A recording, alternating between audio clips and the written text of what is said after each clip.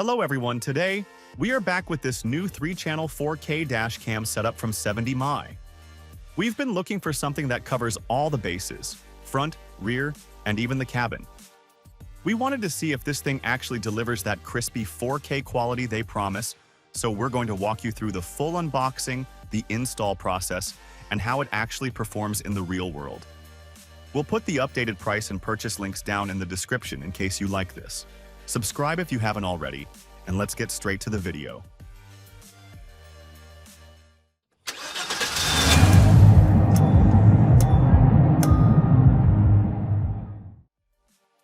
This setup is pretty comprehensive. We're talking about a full 4K front-facing unit paired with a 1080p rear cam and even a dedicated 1080p cabin camera. This is for the guys who want zero blind spots in their security footage. Cracking the box open, we can see that they actually give you everything you need to get this thing running right away. There's the main camera unit, the rear camera, and a cigarette port to USB converter, so there's no need to go hacking into wires just for power. It also includes a power cable and a rear camera connector cable. Both are plenty long enough to reach through a full-size SUV or truck, which is a massive plus. The kit also comes with a pry tool for routing wires through trim panels, electrostatic stickers with some extras, extra adhesive pads, and even a 64GB SD card. It's nice to see a brand not nickel and diming for the storage card. Taking a closer look at the main unit, it's built pretty solid. You've got the memory card slot right on top for easy access. On the left side, you'll find the power port and the connection for the rear cam. The back of the unit houses the rotatable cabin camera, which shoots in full HD 1080p. The main camera is that crispy 4K we're looking for, while the rear and interior cams are both 1080p. There's also an indicator light on the front that's very straightforward. A steady green light means you're recording normally, blue means it's sitting idle, and red means you've got a recording error and need to check your card. Getting this thing installed in the rig is actually pretty easy.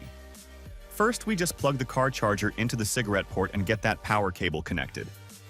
When you're putting the SD card in, just make sure the orientation is right.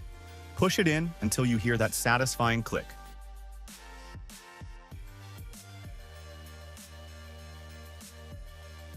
Before you stick anything to the glass, make sure you wipe down the windshield really well. You apply the electrostatic sticker first, then stick the main unit right onto that. This makes it way easier to remove later without leaving a sticky mess on your glass. Once it's on, you can adjust the angle to get the best view of the hood and the road ahead.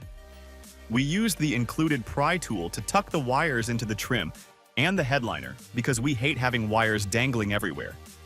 It just looks way cleaner. For the rear cam, it's a similar process. We have to route the cable all the way to the back. Again, use that pry tool to channel the wire through the headliner so it's completely hidden.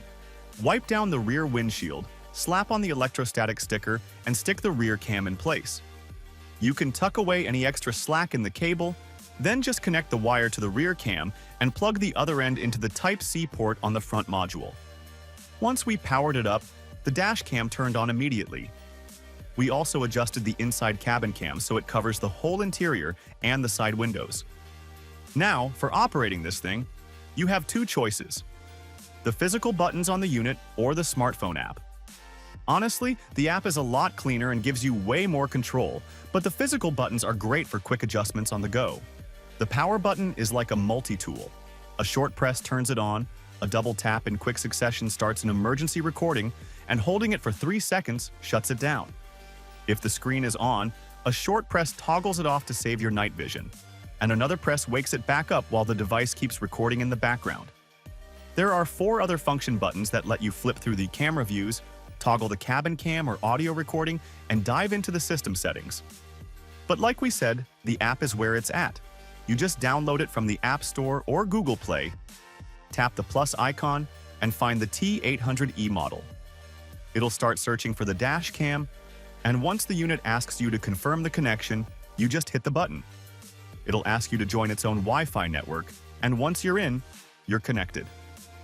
The interface is quite simple, which we like. There's a camera icon to snap a quick photo and a button for loop recording. The album section shows all your captured footage, and the settings menu lets you personalize everything. You can even handle OTA firmware updates through the app, so you're always running the latest software. One of the coolest features is the voice commands. You can literally tell the dashcam to take a photo or record video, and it'll automatically save it to the emergency folder. Take photo. Record video. You can even toggle the Wi-Fi hotspot or audio recording just by talking to it. It's important to note that the commands have to be in English, and you should check the manual for the full list, but it works surprisingly well when your hands are on the wheel. Performance-wise, the 4K main camera is stunning. The footage of the hood looks crispy and clean, and you can clearly read plates and see details far ahead. It manages shakes and bumps from the road really nicely, so the footage doesn't look like a shaky mess.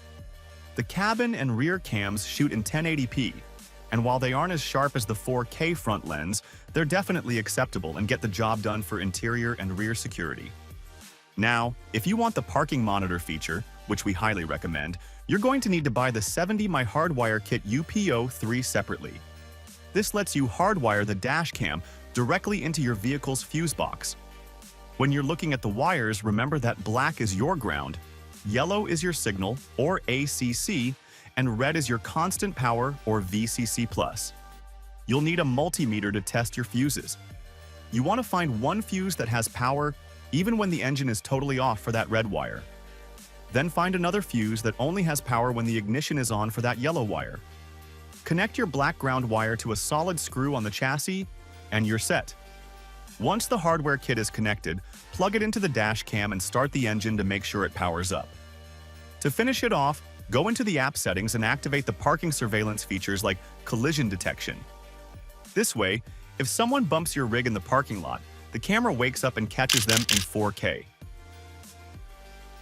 It's a solid setup that really cuts the mustard for anyone looking for full car protection. Overall, we are pretty impressed with how this setup turned out. The 4K footage is seriously clean, and having that extra peace of mind with the rear and cabin views is a huge plus for us. It's a solid, no-nonsense system that's easy enough for anyone to install in their driveway in about an hour. If you're looking to protect your rig and have some proof if things ever go sideways on the road, this thing is a total steal for the money. If you guys have any questions about the wiring or the app setup, hit us up in the comments below. Don't forget to subscribe so you can see how this holds up on our next trip. Thanks for watching, and we'll see you next time.